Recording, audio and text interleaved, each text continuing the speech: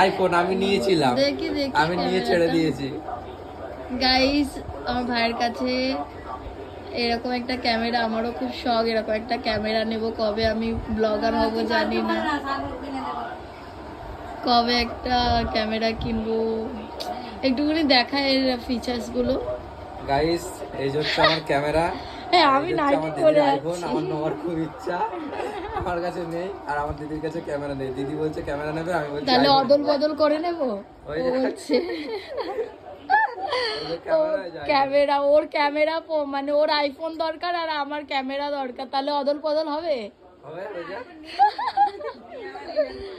না সত্যি কথা, আমি ক্যামেরা খুব তাড়াতাড়ি নেব ভিডিও করার জন্য। আমি এরপরে ডিএসএলআর নেব, আইফোন নেব। গাইস এই রকমই ক্যামেরা আমার চাই ইন ফিউচার। জানি না কি করব, বাট এরকমই ক্যামেরা চাই। এটা ব্যাক, আমার খুব ইচ্ছা, ওর নেওয়ার ইচ্ছা আইফোন। এই যে আমার ভাই, তো চ্যানেলের নাম বলে দে।